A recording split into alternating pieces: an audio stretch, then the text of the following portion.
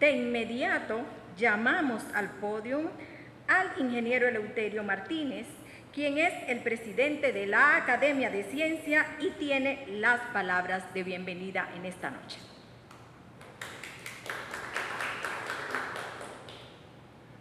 Muy buenas noches.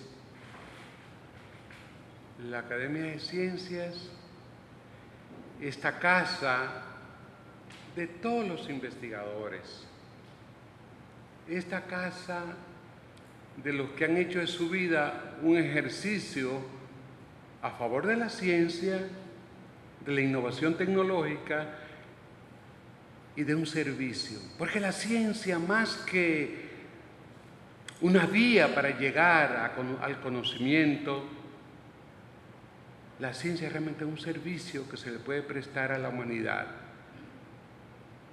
Para mí realmente es sumamente importante que la trayectoria que ha tenido esta casa ha sido un acierto, un gran acierto, porque ya la sociedad dominicana ha visto que transitar por los caminos de la verdad, por los caminos del conocimiento, es lo que nos puede arrojar un poquito de luz para ver si hacemos esta vida con un valor adicional al que tradicionalmente le damos. Yo no conocía al doctor Sergio Bencosme dentro de la academia, a pesar que tengo un vínculo directo con lo que fueron sus fundadores, porque del 81 para acá, del 80 para acá, yo he estado íntimamente ligado con todos los que le dieron origen a esta casa, los que tuvieron la oportunidad, los que tuvieron la idea, los que tuvieron la iniciativa de reunirse y ver cómo creaban un colectivo de seres humanos interesados por el desarrollo de la ciencia y de que República Dominicana merecía justamente una instancia como esta para servirle. Conocí al doctor Sergio Bencosme en 2 oportunidades en Santiago de los Caballeros, junto a Dinápolis y a don Rafael Emilio. Lo veía como una persona humilde, sencilla, y yo me preguntaba, ¿qué un laudatio académico? Una persona que ha demostrado con los hechos, es decir, a lo largo de su vida, a lo largo de su existencia, dejando huellas que todo el mundo la puede leer, que la puede ver porque están ahí. Una persona tan sencilla, tan simple, que si usted no lo saluda o no va y comparte con él, realmente no sabe de quién se trata. Yo creo que realmente el que hace ciencia merece que uno lo tome en cuenta. Y el propósito de este consejo directivo, el que me toca encabezar, es de que nosotros comencemos a dar a conocer quiénes fueron los que sembraron la semilla y formaron parte del cuerpo original de esta casa de estudio. Y cuando me hablaron de Sergio Bencosme, María Zunila, yo la conozco y la quiero mucho, pero porque conozco la calidad de persona que ella es, como profesional, como investigadora, pero que nos trajera una ponencia sobre la vida, el legado, la obra del doctor Bencosme, para mí resulta sumamente interesante. Primero, porque yo quiero conocer de quién se trata, y segundo, porque esta fue su casa. Aquí fue donde él comenzó a dar o a entregar parte de lo que era su amor, su servicio a favor de la ciencia. Y para nosotros eso tiene mucho valor. Ahora mismo estamos trabajando en todo eso. Ya los laudatios, que ya tienen un tiempo, ya se le ha hecho su respectivo reconocimiento, pero ahora estamos levantando nuevamente los nuevos, los que todavía no están ahí, porque la ciencia es activa, hay un ejercicio, hay aportes constantes, permanentes, y hay seres que se destacan precisamente por eso, por sus contribuciones, por sus aportes, y eso estamos dispuestos a ver cómo lo echamos hacia adelante.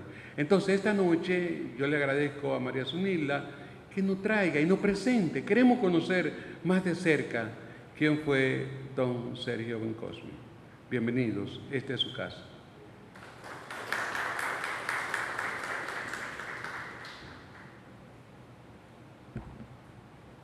Sí, en este momento, uno de los más importantes de la noche, donde se presentará la conferencia del doctor Sergio Bencosme y su legado a la ciencia.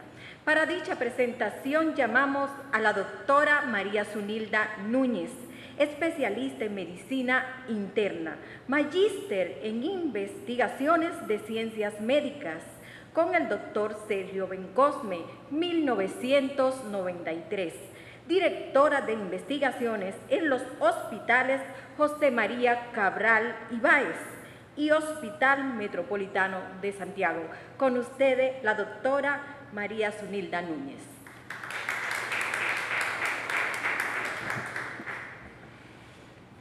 Muy buenas noches. En el día de hoy, nosotros trajimos a la Academia de Ciencias un ejemplar de las publicaciones más importantes del doctor Sergio Bencosme en su época en Estados Unidos y Canadá y en el país, que están encima de esa mesa. Pero como una forma de contextualizar todo este legado, hicimos un resumen de este libro que escribió el mismo doctor Sergio Bencosme en el 2004. Y tiene la particularidad que él escribió el contexto y el porqué de cada una de sus publicaciones, traducido a lo español con sus propias palabras. ¿Qué fue? ¿Por qué él se hizo científico? ¿Qué influyó en eso? Y explica con detalle el origen de este gran científico dominicano.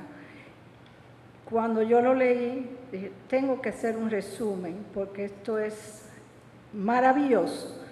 Todos los estudiantes o las personas que quieren ser investigadores en salud tienen una fuente interesantísima de cómo ocurren las ideas y cómo se desarrollan en países desarrollados y en países en desarrollo, como la República Dominicana, porque él le dio tiempo a dejar todo escrito y ya ustedes van a ver más adelante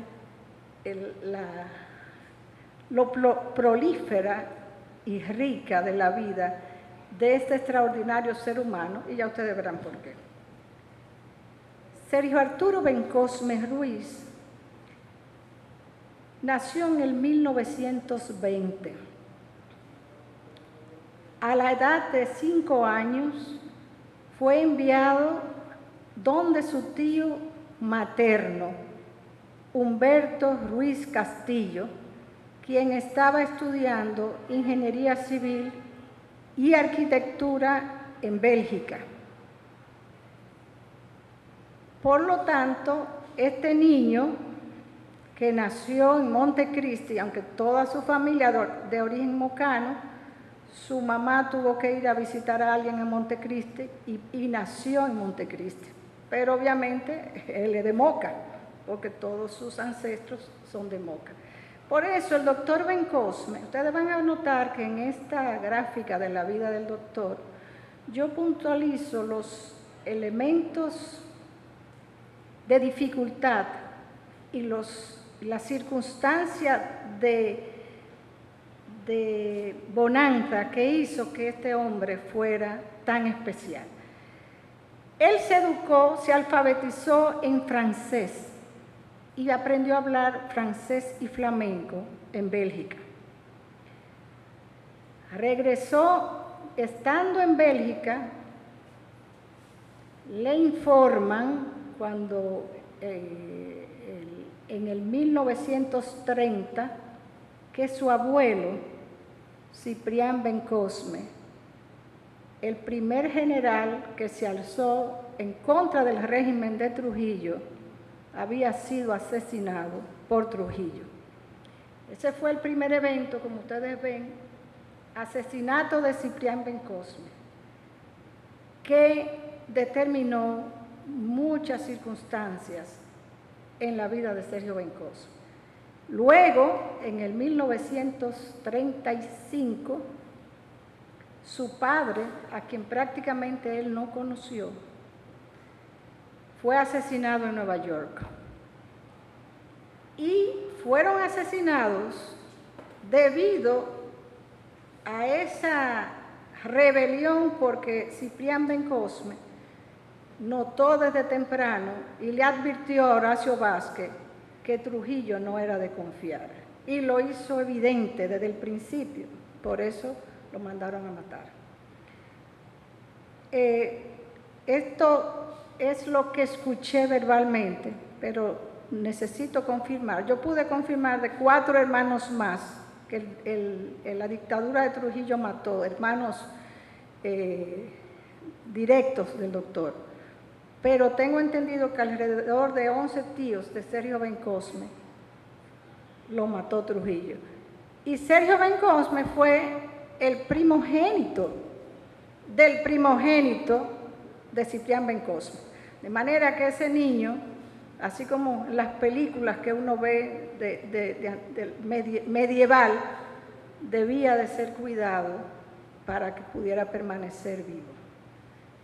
Entonces, agradezco a la familia del doctor Sergio Bencosme que me autorizó a utilizar las siguientes fotografías de su álbum personal para yo mostrarle toda la estructura familiar y la evolución de Sergio Arturo Bencosme Ruiz. Aquí está el origen de muchas. Cipriano fue general y ayudó mucho a Horacio Vázquez en las contiendas, y desde que Trujillo tomó el mando, él se alzó en el Mogueote, en Moca, y lo mataron el mismo año, porque él no sabía la calidad de ese señor. Sergio Bencosme y Floralba Ruiz Castillo. Sergio Bencosme fue diputado y trabajó en diplomacia. Fue asesinado, como le dije en la gráfica inicial, 5 años después del mandato en Nueva York. Floralba Ruiz Castillo era licenciada en farmacia. Y aquí pongo a la derecha a Donato Bencosme, su tío, quien al momento del asesinato de Ciprián estaba en Europa, donde conoció muchísimo y tenía una educación de mucho peso, y al matarle a su papá, él viene al país y le demanda a Trujillo todos los bienes de la familia, y tuvo el coraje de rehacer el patrimonio familiar que permitió que la familia Bencosme pudiera vivir incluso hasta esta fecha de manera holgada.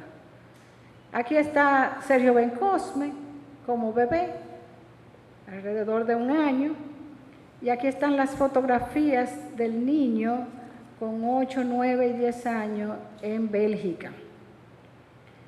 Esta foto es con Juanita, la esposa de Ciprián, cuando él regresó de Bélgica. Y la incluimos en esta presentación porque él tiene cargada a su prima hermanita que vivía con su abuela. Esa jovencita que está ahí es Berta Rojas Bencosme, quien tuvo la especial situación al momento de nacer. Su padre, apellido Rojas, había muerto en un accidente. Su madre murió en el parto. Y esta niña entonces fue criada por los abuelos. Y cuando Sergio vino de Europa, Sergito, como lo decían, porque era pequeño, pues aquí está con su prima hermanita, que le dijo a su abuela, no sé si es verdad, en ese momento que ella se iba a casar con Sergio. La única foto de Sergio con su padre en Nueva York, que fue a conocerlo porque no lo conocía. Y cuenta él en el libro, que mírenle el aspecto de un jovencito de 13 años, porque el doctor tenía una particularidad, él todo se lo tomaba muy en serio, absolutamente todo. Entonces, cuenta él en el libro que en la carta semanal que le enviaba a don Sergio a Flor Alba, le comentó: yo estaba esperando un muchacho y me llegó un ministro, 13 años de edad. Aquí ya en su tiempo de estudios de medicina, antes de irse a Canadá. Llegó a Canadá con un 5.º año de medicina. Pasó una cosa muy curiosa, porque se fue con un compañero apellido Vaquero, que también era parte del sistema de exilio político, y según él cuenta, en la Universidad de Montreal estaban esperando a 2 dominicanos, que eran médicos, y se confundieron y pensaron que eran ellos 2.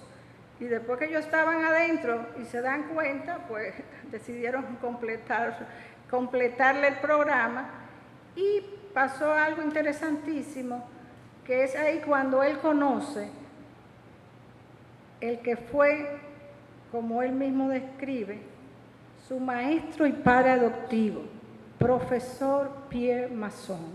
Ese señor fue el padre de la patología tumoral. Yo no soy patóloga, así que voy a expresar, pero fue incluso él fue enviado por Francia a Montreal para educar la parte francesa canadiense en patología. Ese señor, la meca del conocimiento en patología en esa época fue Pierre Masson. Entonces, él lo adoptó, el jovencito, que se pasaba varias horas a la semana con el profesor. Y una de las cosas que el doctor le agradece muchísimo es que Pierre Masson fue quien hizo una técnica especial para teñir ciertos tejidos, si mal no recuerdo, para teñir nervios con sulfato de plata o para teñir colágeno. Y el método que Masson tenía descrito era extremadamente largo y tedioso. Y el doctor estudiante observa que cuando él estaba en su laboratorio, él lo hacía mucho más fácil y más rápido. Y le preguntó por qué él no publicaba esa forma, porque la gente pasaba mucho trabajo y era muy complicada. Y el doctor Masson le dijo que si la podía publicar. Bueno, el doctor le agradece a muchos patólogos hoy en día haber mostrado cómo simplificar la técnica el tricromo de Masson, se llama. Y él describe con lujo de detalle cada paso y cómo hacerlo, inclusive en el resumen de su libro. Esto fue la persona que inspiró a este joven a amar la patología. En ese momento empezaba un novedoso programa que no existía. Bueno, él vino a casarse con doña Berta en el 1947, porque su tío Donato le dijo que ya era tiempo que viniera, pero tuvo que pasar todas las dificultades porque él no tenía pasaporte, él era un exiliado político, y eso fue de película para él venir a casarse con doña Berta y luego llevársela. En el 1948, en esa Universidad de Montreal empezaban un novedoso programa de investigación y le propusieron a él que lo que quería era ser patólogo clínico, si estaba interesado en entrar en el programa. Y él le dijo que le pareció interesante y entró, y así entró en el mundo de la investigación. Hizo la maestría en la Universidad de McGill en el 1948. Y en el 1950 hace su graduación de PhD en la Universidad de McGill. Cuenta él un relato interesante porque cuando él pregunta de qué él iba a investigar, el profesor le dice que investigara sobre diabetes. Él se asustó porque eso era un campo muy complejo y le preguntó, como le pasan a muchos estudiantes cuando quieren descubrir una cosa nueva, pero ¿cómo yo voy a poder?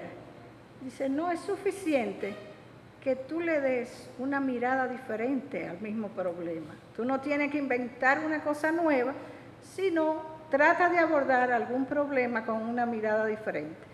El problema en que él se enfrascó, bueno, obviamente aquí hay algunas fotografías.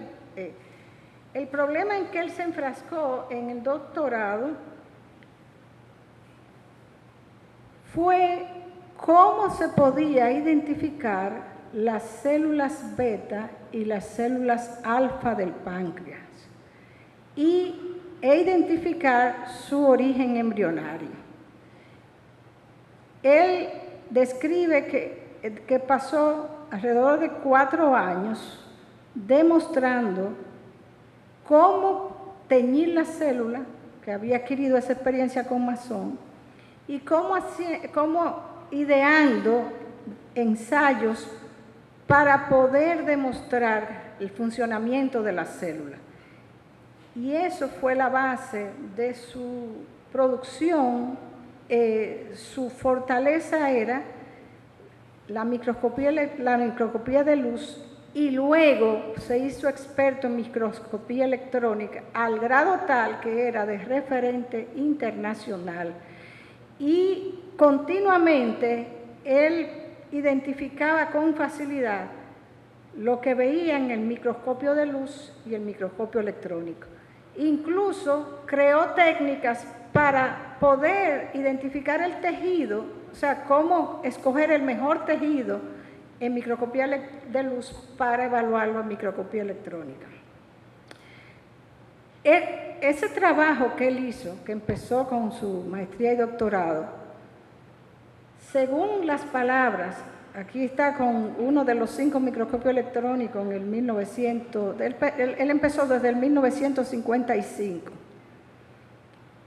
Él describe que los trabajos que él hizo para el funcionamiento del páncreas fueron los más relevantes desde Langerhans, al grado tal que él mismo describe, como ustedes van a ver más adelante, que esa investigación que él hizo tiene 57 años y todavía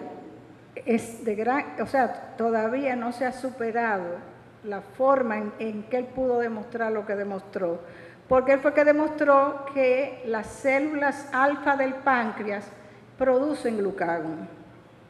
Y además encontró una célula diferente, nueva, desconocida, a través de la tinción. Aquí él hizo 93 publicaciones en revistas de alto impacto en Estados Unidos y Canadá. Y ustedes van a poder ver en sus artículos el nivel de excelencia. La mayoría fue en páncreas. Hay 37 publicaciones en páncreas. Luego le sigue su abordaje en corazón. En el páncreas él se hizo experto en endocrinopatología.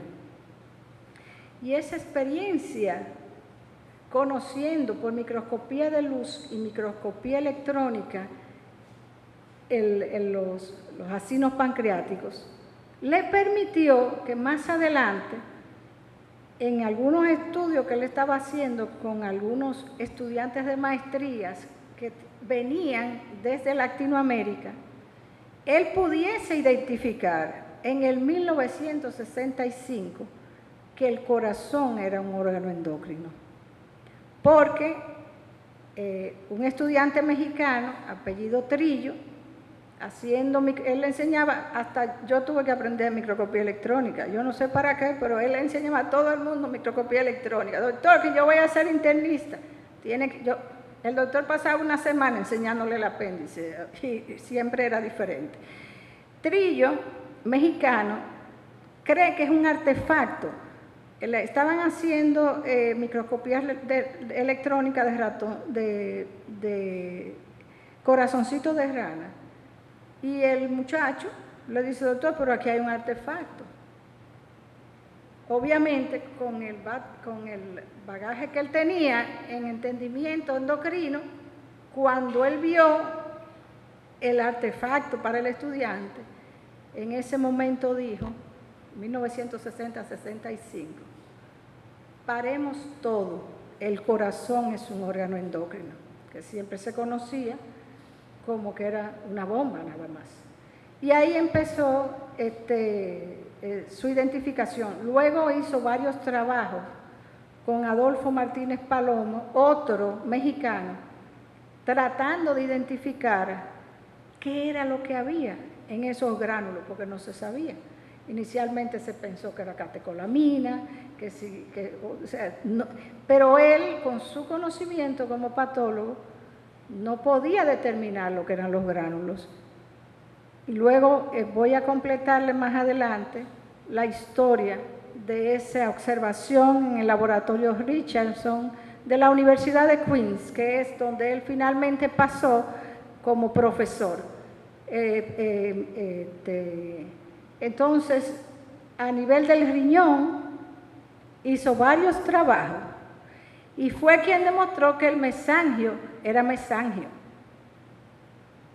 Finalmente se demostró que el mesangio, que es de suma importancia en muchas enfermedades renales, existía, entre otras cosas. Pero de acuerdo a los intereses de los estudiantes que venían, porque él empezó un programa de maestría y doctorado en la Universidad de Queens, en Kingston, Ontario, donde fue ampliamente apoyado y fue profesor emérito hasta el momento de su fallecimiento. Tiene 6 publicaciones y están descritas aquí que solamente abordan abordajes técnicos que ayudan al diagnóstico en microscopía de luz y microscopía electrónica. A nivel digestivo, también tiene varios estudios, sobre todo la parte endocrina del sistema digestivo, y esto en particular porque su primer estudiante de doctorado, el doctor Juan Lechago, estaba interesado en desarrollarse como gastroenteropatólogo. También hay algunos estudios interesantes relacionados con la aorta, con ateroesclerosis, glándulas salivares, cervix y por supuesto él colaboró en una ocasión con cáncer de mama. Algo interesante que encontré, él nunca hablaba de todo, él sí mencionaba de todo lo que él había hecho y cómo lo había hecho, pero él siempre se enfocaba en lo que había que hacer para adelante.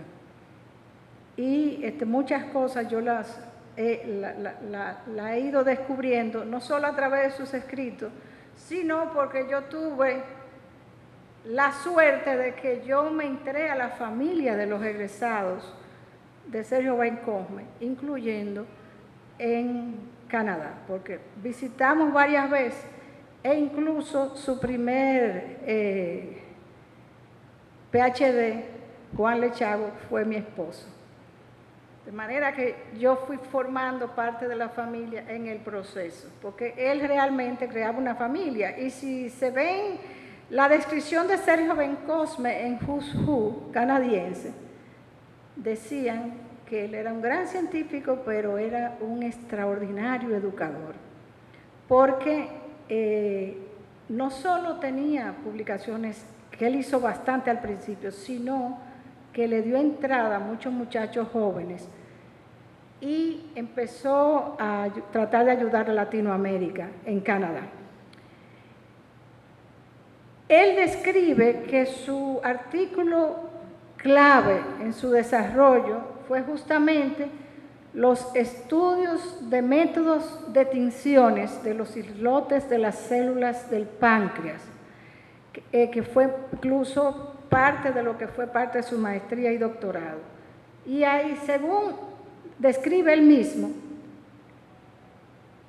pero era que hacer un trabajo con Sergio Bencosme, él pasó 4 años, pero él estudiaba diferentes etapas embrionarias de conejos, de cobayos, de perros, diferentes tinciones. Evaluó en este estudio todas las técnicas descritas hasta el momento, las validó y mostró cuáles eran las mejores.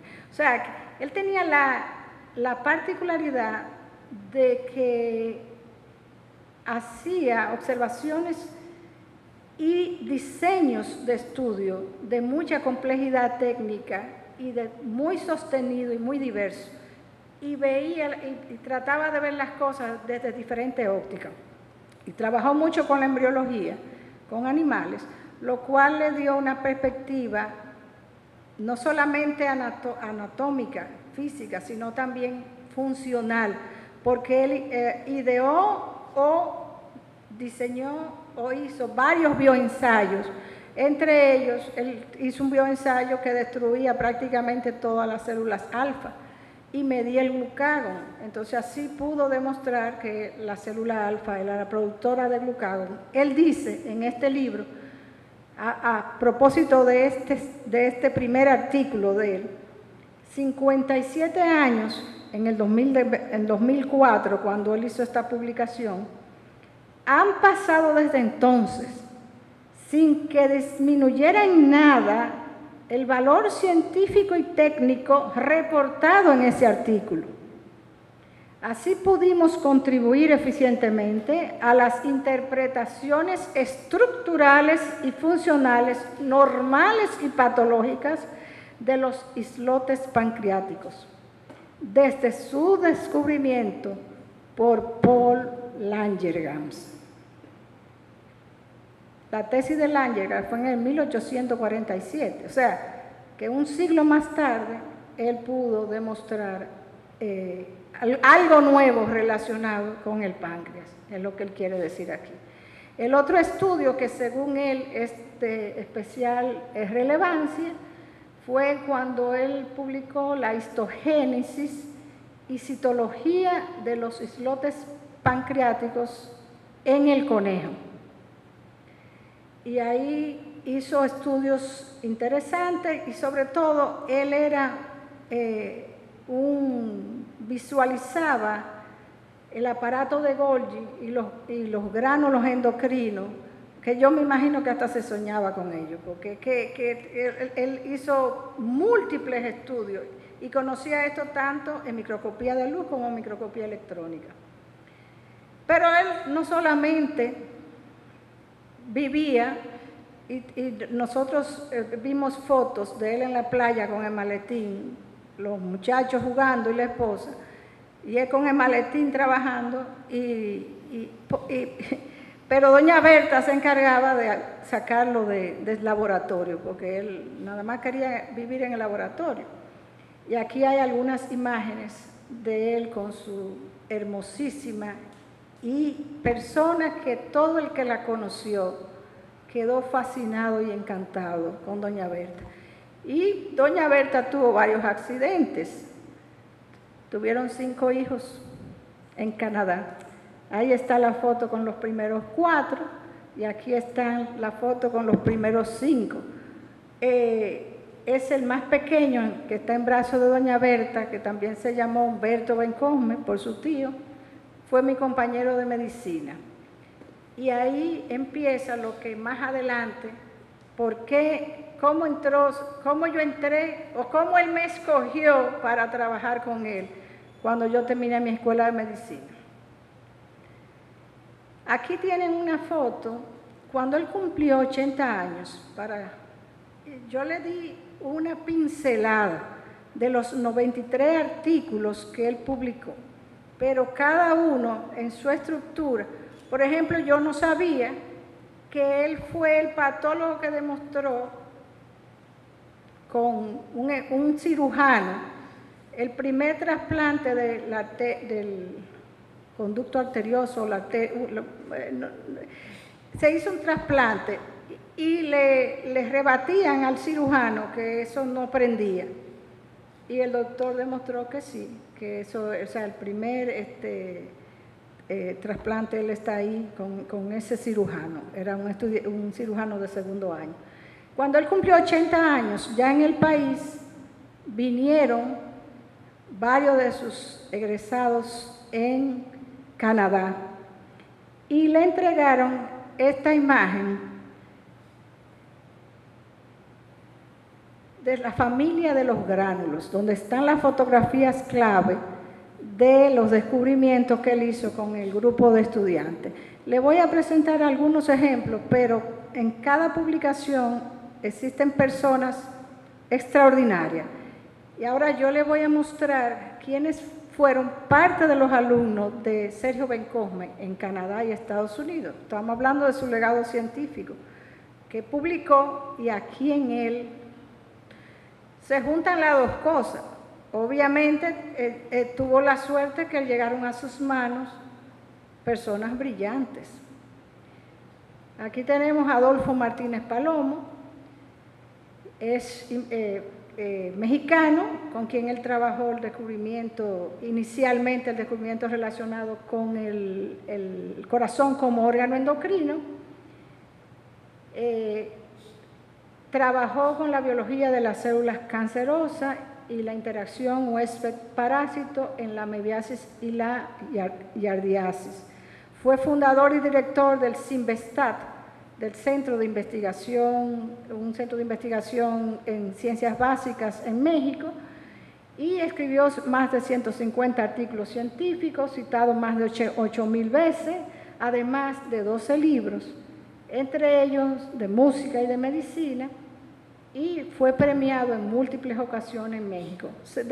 Dice Adolfo Martínez Palomo, porque que yo sepa todavía está con nosotros, la función social más importante de la ciencia en los países pobres es la capacidad de desarrollar una actitud racional y optimista para analizar el presente y para influir en el futuro. Doctor Juan Lechago, este fue el que tuvo la osadía de casarse conmigo y yo el privilegio de acompañarlo en sus últimos 8 años de vida. Y me ayudó muchísimo a entender muchas cosas del Sergio Bencosme, porque ustedes han notado que por la formación que él tuvo de idiomas, el doctor tenía dificultad para expresarse en español. Y eso le trajo varios malos entendidos, porque las personas no entendían lo que él quería decir. Y la forma en que lo decía chocaba. Y le voy a dar un ejemplo incluso de un profesor que, a propósito de que yo iba a hablar con ustedes sobre el doctor hoy, me hizo una anécdota. Pero por suerte, este joven, Juan Lechago, catalán, creció en Argentina y fue el primer alumno de maestría y doctorado de Sergio Bencosme. Pero este joven hizo patología y fue director de varios laboratorios de patología. Su último trabajo fue como director de gastroenteropatología en el Cedars-Sinai en Los Ángeles, California. Escribió varios libros, muchísimas publicaciones sobre endocrinopatología, especialmente del sistema endocrino. Hay un libro que está en prensa en Oxford, que él no pudo salir, pero que es muy interesante sobre patología quirúrgica en el transquirúrgico. Pero no he podido comunicarme para dar permiso, porque probablemente, como él falleció antes de que el libro saliera, hubo proceso. Una persona extraordinaria que no tengo palabras para expresar lo que significó esos 8 años con el doctor Juan Lechago. El doctor Bencosme tenía como 5 años, alrededor de 5 años, tratando de verificar qué era lo que tenían esos gránulos. Pero él no tenía el experticio para hacer análisis bioquímico.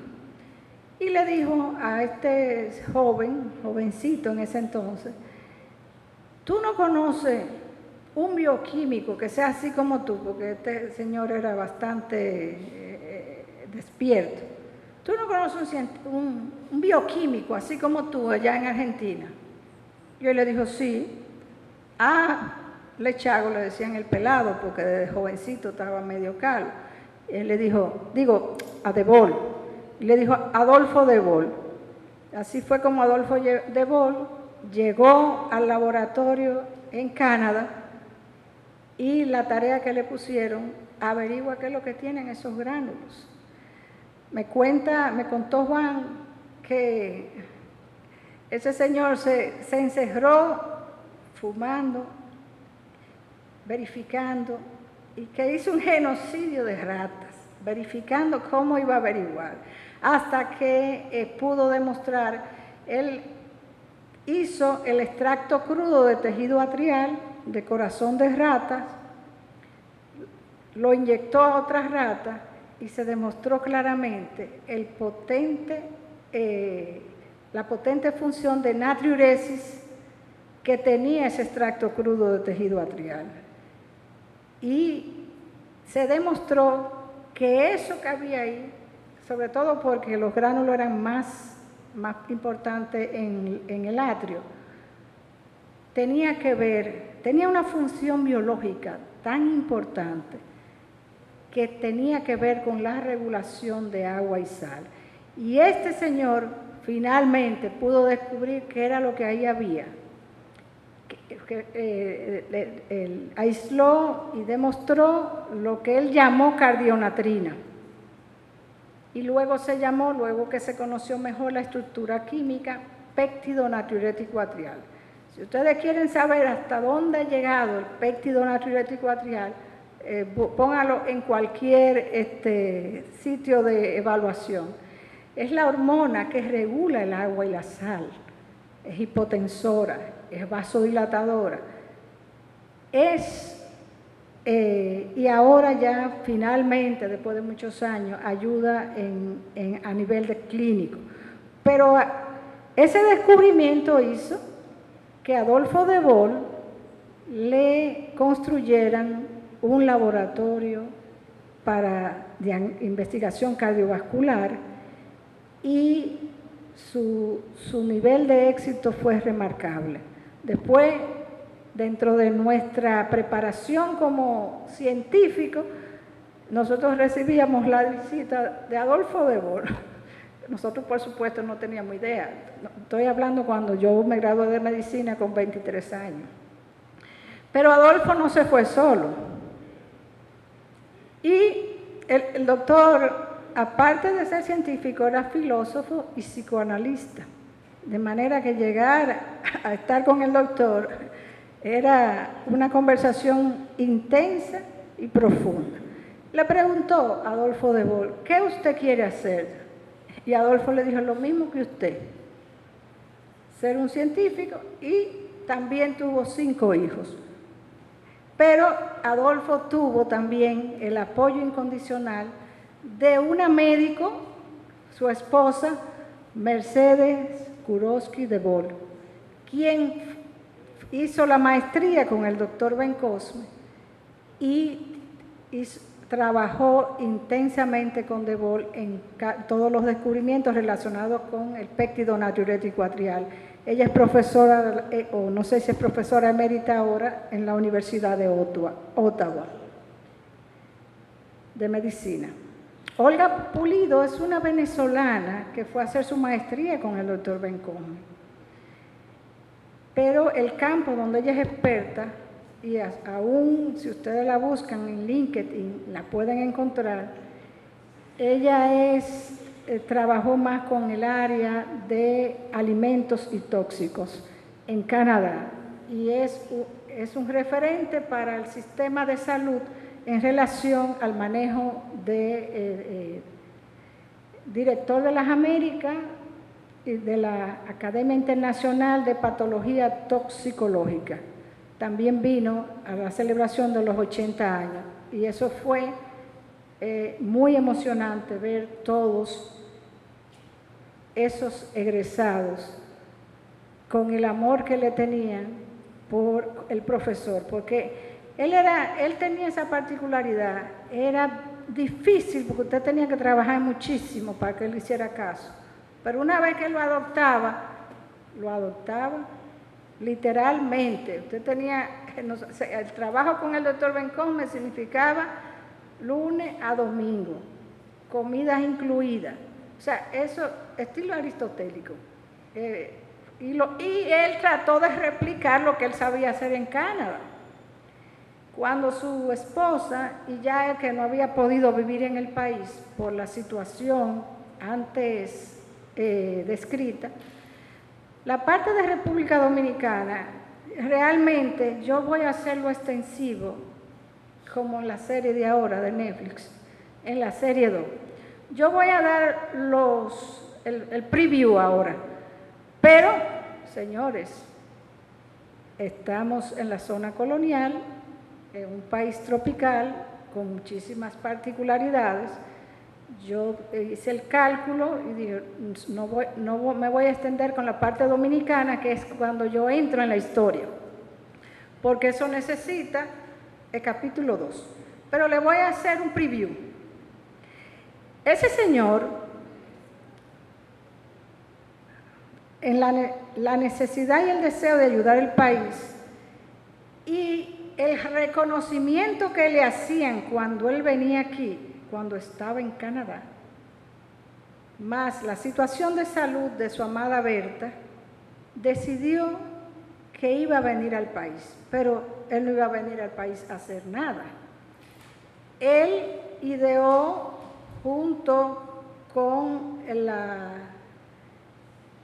Canadian International Development Agency, CIDA, la Universidad de Queens y la UNFU, un proyecto para hacer un instituto de estudios biomédicos que sirviera como referencia de investigación para el Caribe. Y diligenció los fondos para la construcción de ese instituto de estudios biomédicos y convenció a la Universidad de Queens de que eso era valioso e importante.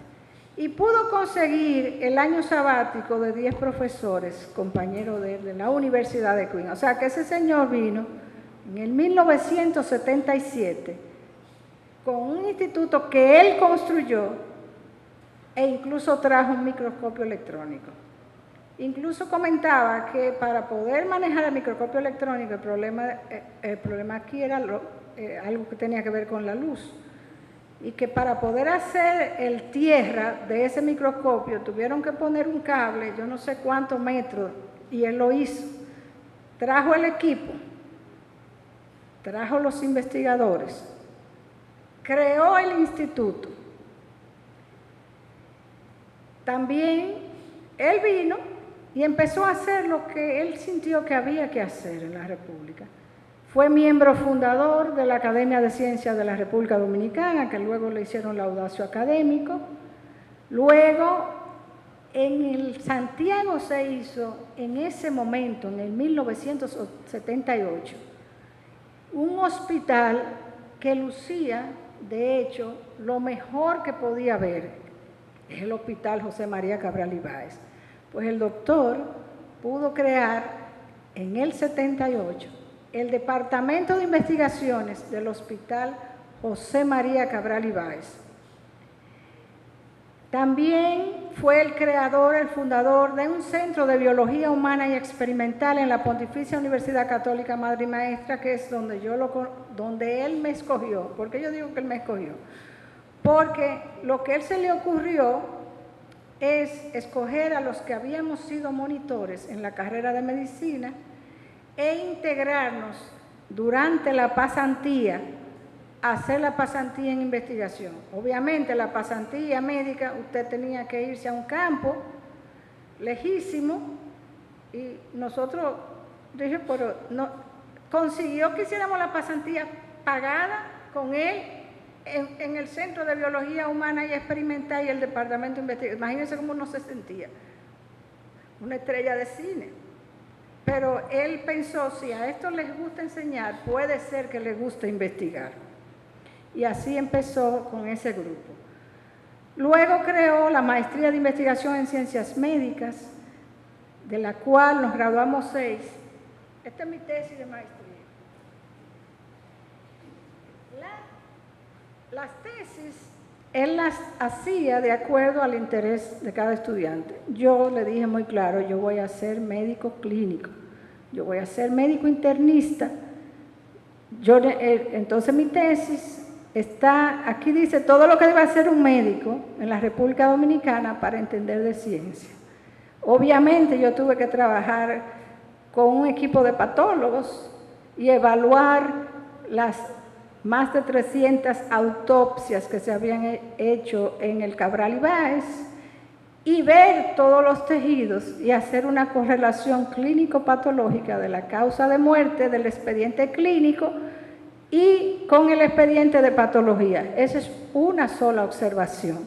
También tuve que hacer un proyecto experimental en perros, en lo cual nosotros le inducíamos un tipo de arritmia y demostrábamos el efecto del extracto crudo de tejido atrial sobre la arritmia inducida por acepromacina en el perro. Esa es otra observación. Otra observación, aquí hay muchos datos de filosofía de educación en ciencia, entre países en desarrollo y países desarrollados. O sea, que fue realmente, después Juan me dijo, eso no es una tesis de maestría, esa es una tesis de PhD. Y luego cuando yo tuve la oportunidad de ir a la Universidad de Queens en Canadá, que estaban la tesis de Debord, la tesis de Mechi, él siguió el mismo modelo que él usaba en Canadá. Obviamente, su objeto de estudio no era lo que se producía, era cómo nosotros íbamos a moldear nuestro cerebro para entender la ciencia. Eso es muy bencosmiano, la forma de que él abordaba las cosas. Yo, por supuesto, lo entendí más adelante, que era lo que yo había hecho. Y también, finalmente, en el Departamento de Investigaciones Clínicas, él, junto con él, propuso que formáramos el Centro de Investigaciones Biomédicas y Clínicas, que es una propuesta todavía por solidificar, y la cual le pedí al presidente de la academia, de todas estas estructuras que Sergio Bencosme ha hecho en el país, la única que queda con su nombre es el centro, y es con muy poco puede quedarse establecido para que no se borre de la memoria el esfuerzo del doctor Bencosme en la República, que no puede depender obviamente, porque yo soy un ente limitado, como todos. Aquí tenemos el equipo que empezó con el Instituto de Estudios Biomédicos. Deben saber que aquí está el presupuesto con detalle de todo y cómo se manejó todo, al estilo Duarte, porque el doctor era incorruptible. Y eso era una de las cosas que en la cultura a veces le hacía difícil trabajar con él. Aquí está el microscopio electrónico, ese que ustedes ven ahí es Santiago Collado Chastel, quien de Moca, quien el papá de Jackie, como nosotros lo conocemos, mandó a su hijo con don Sergio a Canadá y ya era como su hijo también. Y Jackie fue que se quedó en el Instituto de Estudios Biomédicos hasta cuando pudo. Aquí tengo una foto del tiempo que nosotros estamos en el Hospital Cabral Ibáez. Cabe decir que yo estaba en el departamento con el doctor, pero yo era médico ayudante de medicina interna del Cabral Ibáez y fui coordinadora de la residencia de medicina interna durante 4 años. Toda mi experiencia como coordinadora y la propuesta que ideamos el doctor y yo de qué se podía hacer en países en desarrollo para que la gente se motivara a investigar, está descrita, pero como yo le digo, eso va a ser en el capítulo 2. Aquí está el Centro de Biología Humana y Experimental en la Pucamaima, que fue el corazón del pensamiento de todo el grupo. Tiene 115 publicaciones.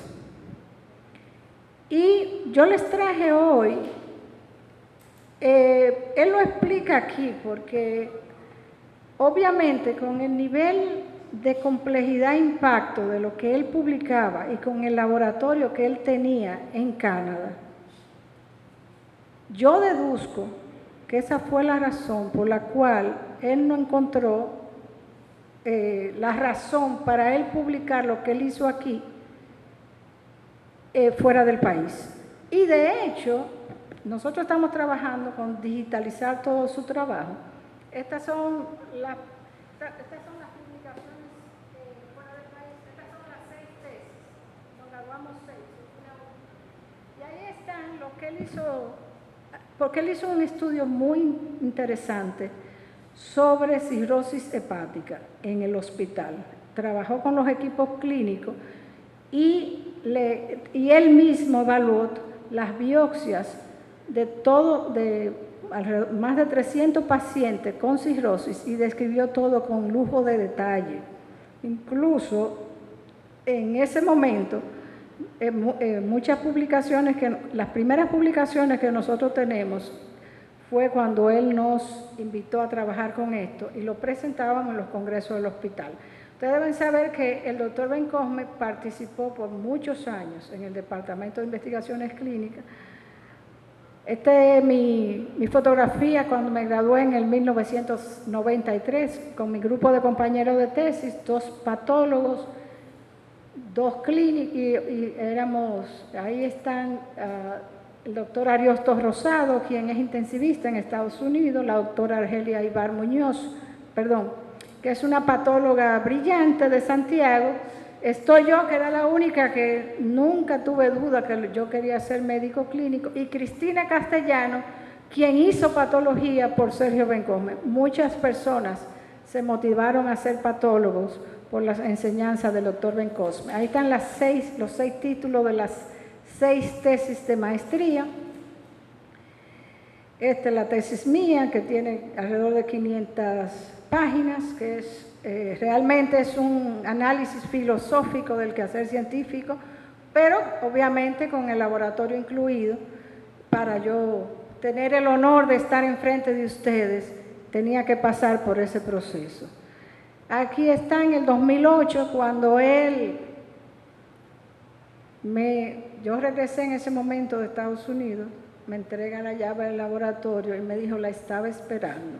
Y esa fue el origen de la historia de nosotros, que asumimos. Yo le podía decir que no a cualquier persona, porque yo cuando regresé de Estados Unidos dije, no vuelvo al Cabral, porque había cambiado mucho la naturaleza de la práctica médica en ese entonces, excepto que si era Sergio Bencosme, yo no le podía decir que no, porque hasta marido me buscó.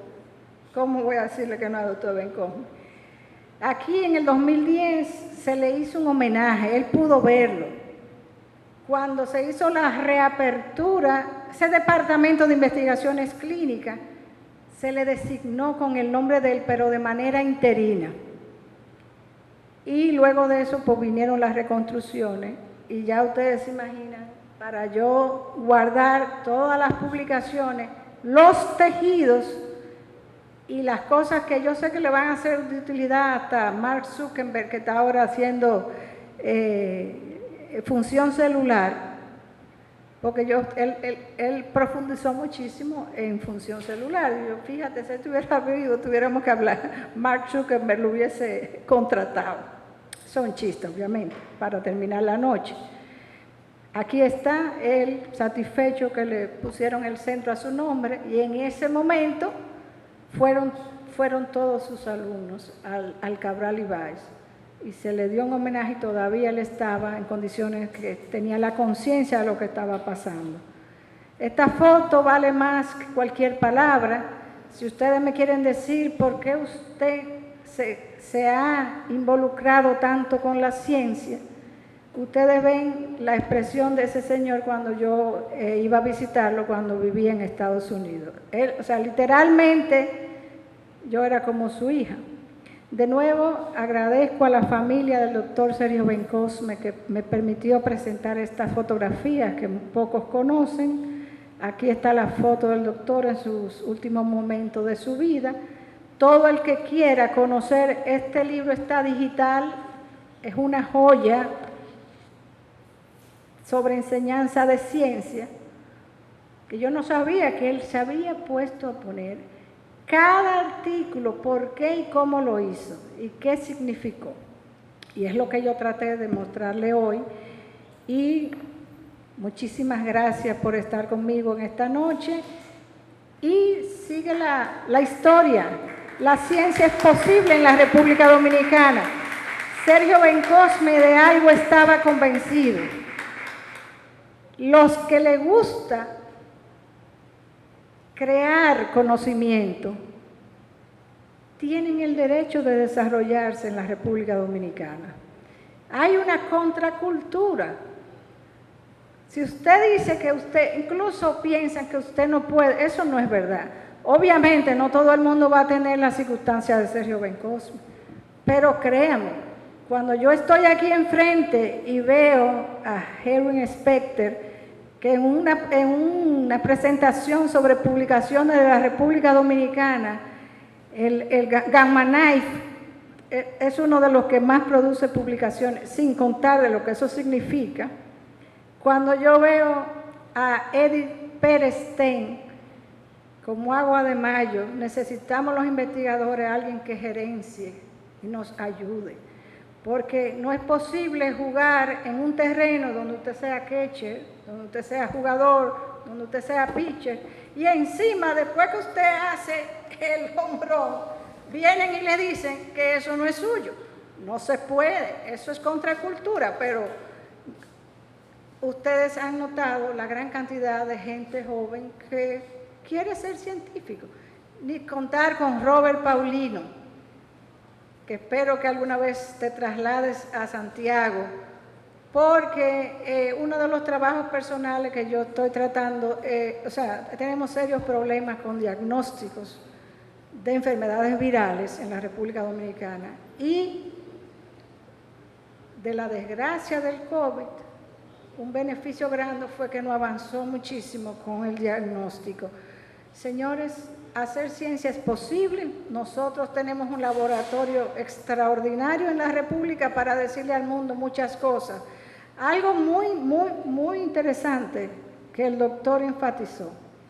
El problema es cuando usted en un país en vía de desarrollo con recursos limitados quiere hacer lo que hacen los países avanzados con recursos milenarios y presupuesto.